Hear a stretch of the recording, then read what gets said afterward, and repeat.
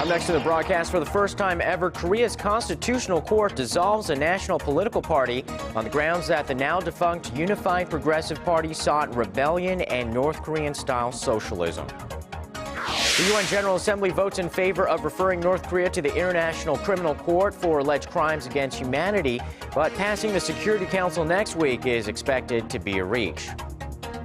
And the White House calls the cyber attack on Sony Entertainment a serious national security matter, but declines to blame North Korea as the culprit, with investigations still ongoing. Primetime News begins now.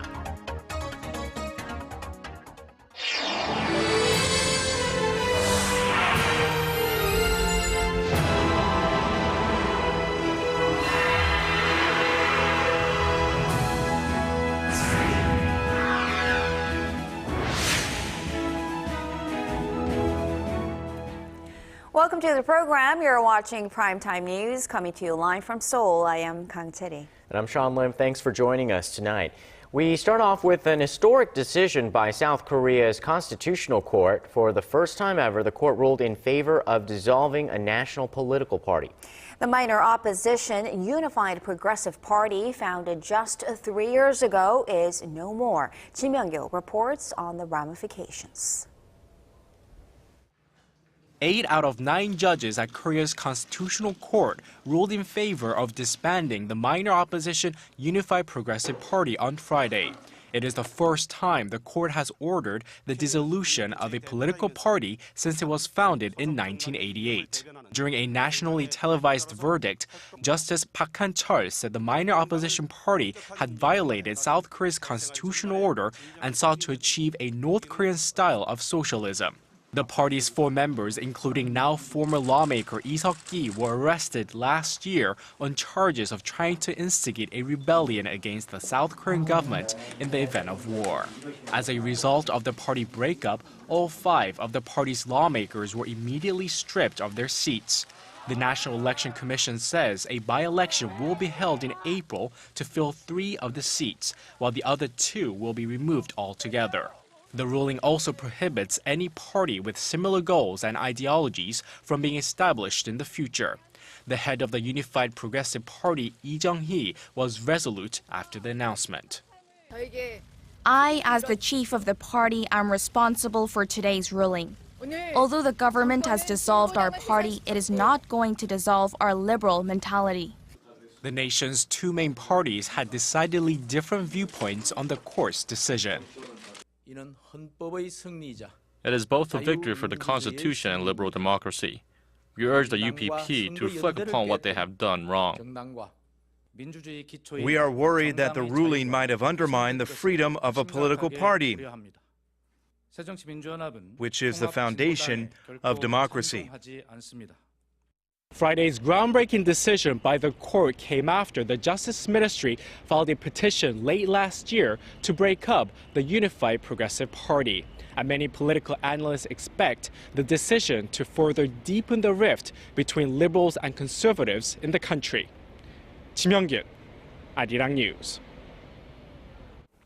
Following a committee decision last month to adopt a resolution calling for the North Korean leadership to be brought to The Hague for violating human rights, the UN General Assembly also passed the resolution.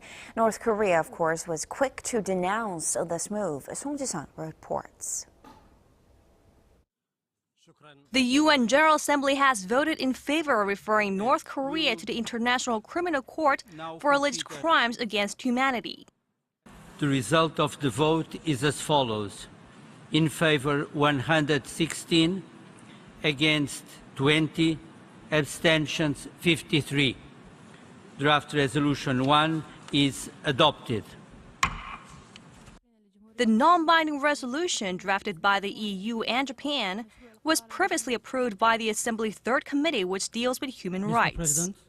This vote comes after a UN Commission released a report in February that detailed the extent of abuses in the north, including political prison camps, torture, starvation, and mass killings.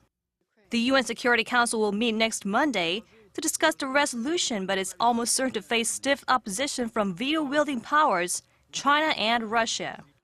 Because of this, watchers say that while the assembly vote increases international pressure on North Korea, it's largely symbolic. Pyongyang's envoy to the UN lashed out at the passage of the resolution.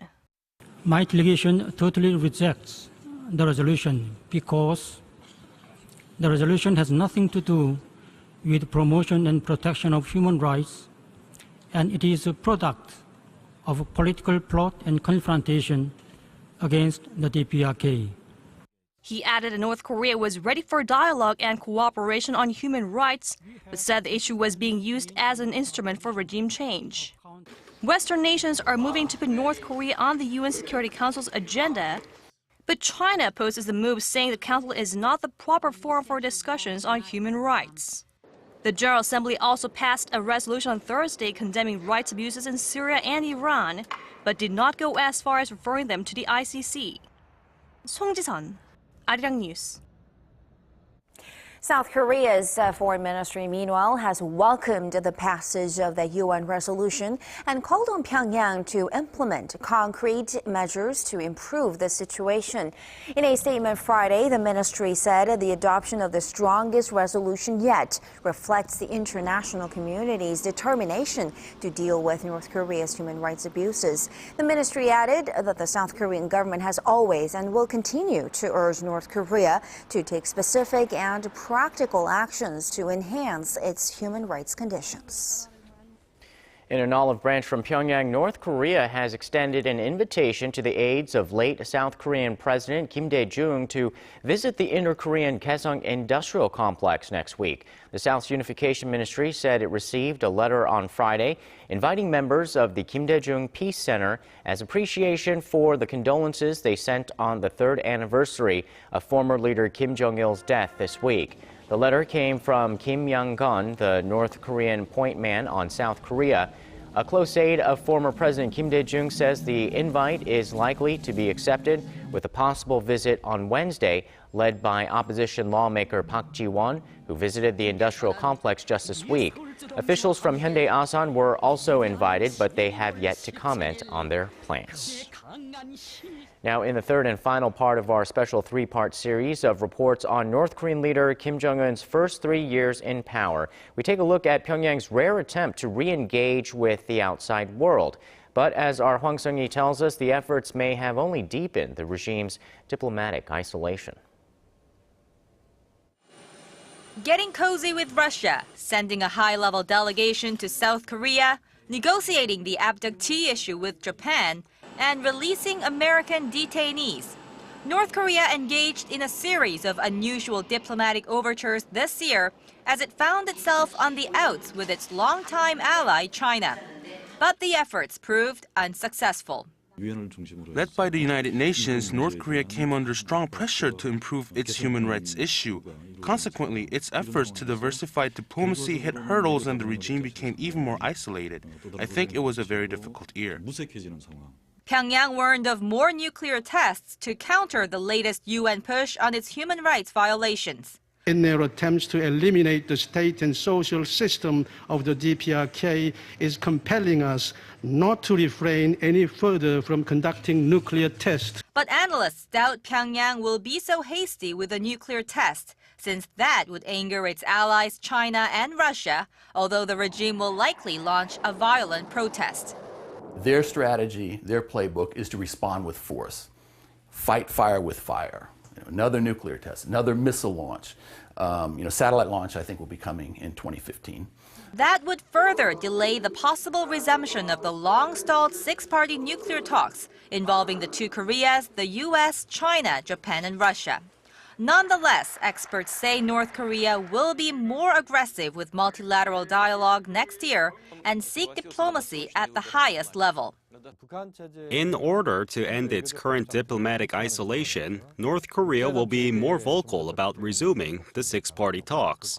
In that process, it could seek a visit to China or Russia by Kim Jong-un. Seoul's Unification Ministry echoes that view. It expects Pyongyang to use all means available for a bilateral meeting with Washington. There could also be some progress in negotiations with Japan by July, marking the one-year anniversary of opening such talks. And if these all-out efforts to end its diplomatic isolation fail, the ministry says North Korea could seek an opening by turning to South Korea. Hwang Sang-hee, Arirang News. And meanwhile, North Korea is widely suspected to be behind the recent hacking into Sony Pictures, but the U.S. is still investigating and hasn't made an official announcement yet. The White House did say, however, that it considers the hack a serious security issue. For more, here's our Kwon So-ah. A serious national security matter. That's how the White House labeled the cyber attack on Sony Pictures. White House Press Secretary Josh Earnest said that the evidence suggests there was malicious intent behind the hacking and that it was done by a sophisticated actor. But he did not name North Korea as being that actor. He said a range of possibilities were being considered and that the Justice Department and FBI was still investigating.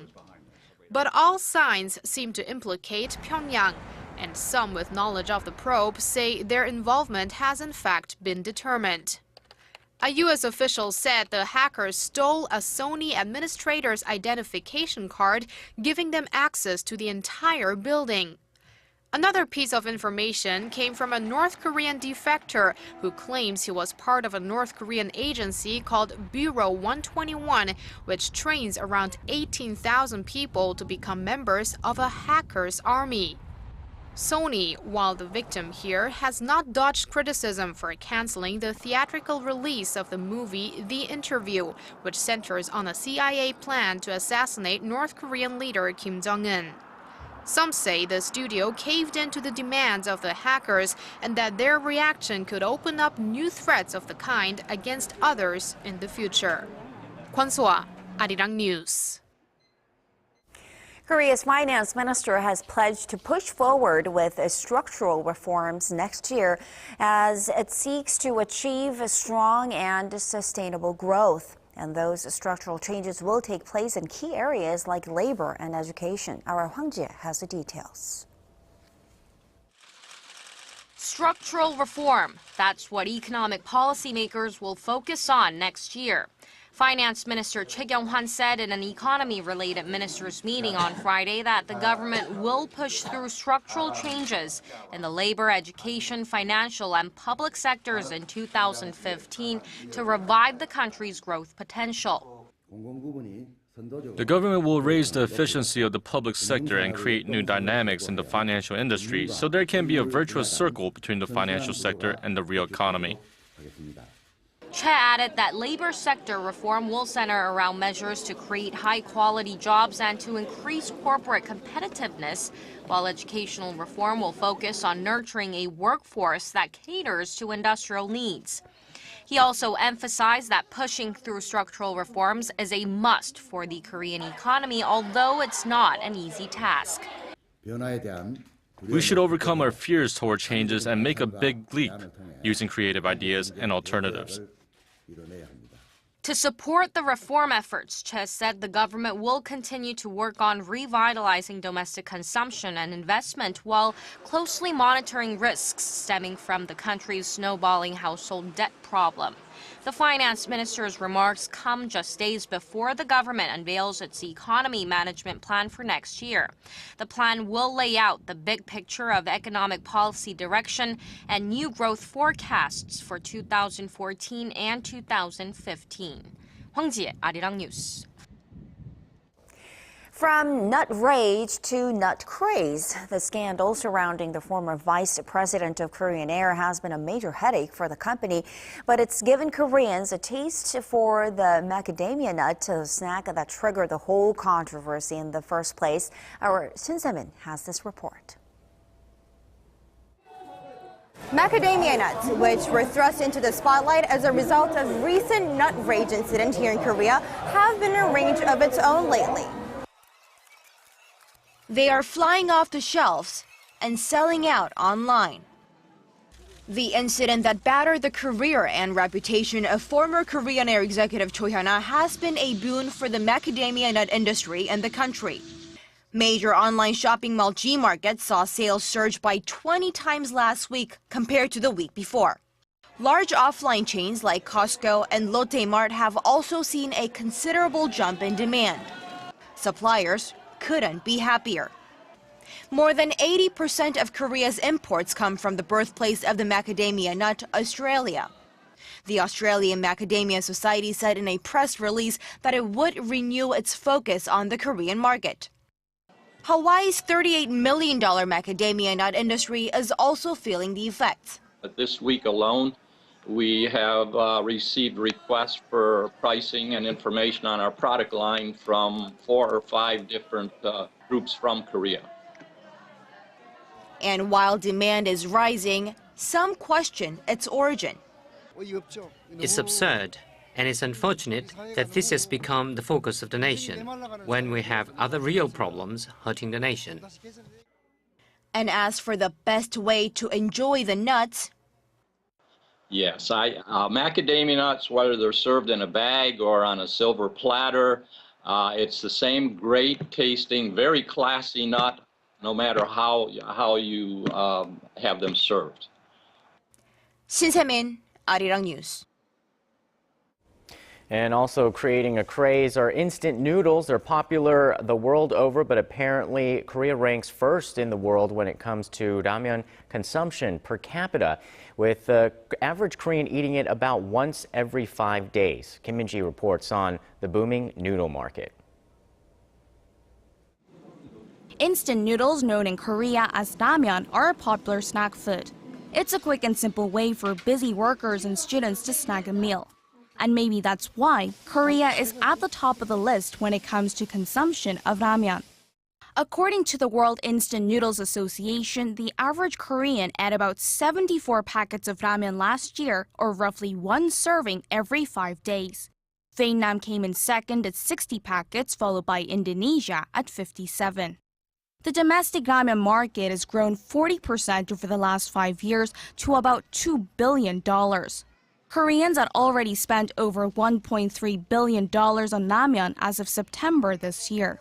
As for the most favorite type of ramyeon, 신라면, known for its spicy taste, ranked first. It was trailed by 짜파게티, 안성탕면, 너구리, and 삼양라면. However, when looking at it in total numbers, China, which boasts the world's largest population, consumed the most ramyeon at 46.2 billion packets, followed by Indonesia and Japan. Korea came in 7th at 3.6 billion. Meanwhile, Korea produced a total of 590,000 tons of ramyeon last year. 60% of that total went into packets and around 30% into cups. Ramyeon exports are also on the rise, jumping to $210 million last year, up 60% from just 5 years ago.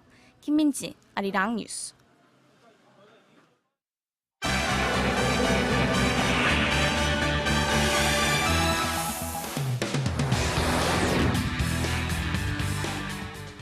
The Republican Party in the U.S. has lashed out at President Barack Obama's decision to normalize relations with Cuba after more than 50 years of hostilities. With more, we turn to Paul Yee at the News Center. Paul, the backlash comes just a day after Obama made the historic announcement. What are the Republicans saying? Well, many in the Republican leadership are warning that this will have a chilling effect on democracy and freedom in the region. The GOP began its campaign on Thursday to block several measures, from easing travel restrictions to lifting the decades-old trade embargo. Obama's deal appeases the Castro regime at the expense of the rights and freedoms of Cubans. Obama sacrificed the dreams of millions of people on the island while making no progress toward a democratic Cuba. Earlier, the White House indicated that a U.S. visit by Cuban President Raul Castro was a possibility. That's a hypothetical. And shifting to Australia, where authorities are investigating a mass stabbing attack that has left 8 children dead. An ambulance was called to a house in the northern city of Cairns on this Friday. Emergency workers attended to a 34-year-old woman with severe knife wounds. They also found several victims ranging from around 18 months to 15 years of age. There's still no identification's been carried out yet formally to formally identify who the children are, so we need to be a little careful about that. but at this stage we believe she's the mother of 7 of the children. Officials have not yet identified any suspects, but reassured the public that there is no current threat to the community. And turning to Japan, the nation's top science institute has halted all research related to a controversial stem cell project. The so-called STAP research was supposed to usher in a new era of medicine, one that could easily create stem cells in order to treat a wide range of diseases.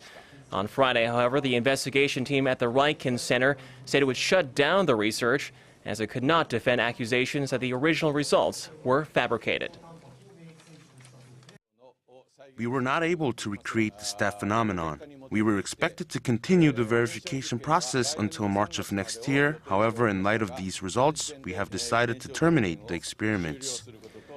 The main researcher, Haruko Obokata, was not present at Friday's news conference, but announced in a statement that she would be stepping down.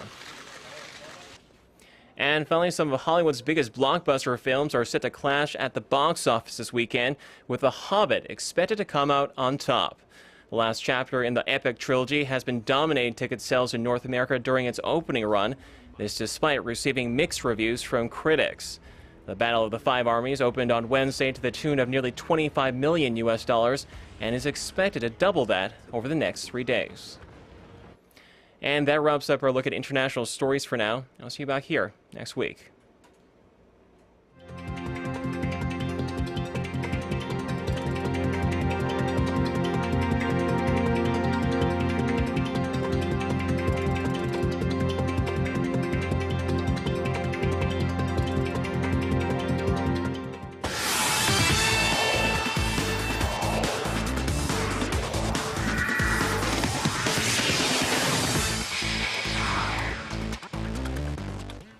Hello and welcome, I'm Stephen Che with a look at sports. The ISU World Cup of Short Track Speed Skating kicked off at Seoul's Mokdong Ice Rink, and skating on home ice seemed to inspire the South Korean athletes in Friday's preliminaries. Qualifying heats were held and the Koreans were able to place first or second in all of them. The ladies' 1,000 and 1,500 meter points leader Shim Seok-ki shined bright, topping both her races to head to the semis, as did Chun Ji-soo, who was first in her 500 and 1,000 meter heats. The men showed up with Shin Da-won advancing in the 1,500 and 3,000 meter races, and Seo-ra in the 500 and 1,000 meter events, and won in the team 5,000 meter relay. Now the medal races take place on Saturday and Sunday. Elsewhere in Korea for Friday's doubleheader in the KBL, let's start off with a tip-off in Goyang. It's the Orions hosting the Dongbu Promi, and the home team zips ahead before Dongbu pulls level and takes over in the last period. Kim Daejung is excellent once again this week as his team wins for their 4th straight. And over to Anyang to another close one between KGC and the KCC Aegis. And KGC's Kang Byung-hyun leads with a game-high 22 as his team earns the victory. Looking overseas, golfer Rory McIlroy and Dutch speed skater Irene Wust were named Reuters' top sportsman and sportswoman of 2014. The news agency's sports reporters voted McIlroy at the top for a dominant year that saw him win 2 majors and become the world's best golfer. Irene Wust, meanwhile, became the top Dutch Olympian of all time with 4 gold medals, 2 of which came from 5 medals she earned in Sochi.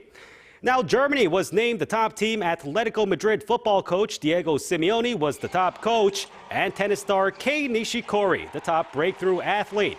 And last but definitely not least, Korean-born Victor An of Russia got the comeback honors for his 3 speed skating golds in Sochi.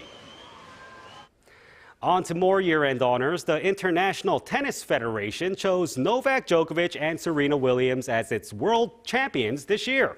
In a year of breakout performances, the sure bets took the top honors. Both Djokovic and Williams took home a Grand Slam trophy each and ended the season ranked number 1. For Djokovic, it's his 4th time as world champion, and for Williams, her 5th time earning the honor. That wraps it up for sports this week. Your weather's up next. Have a great weekend and good night.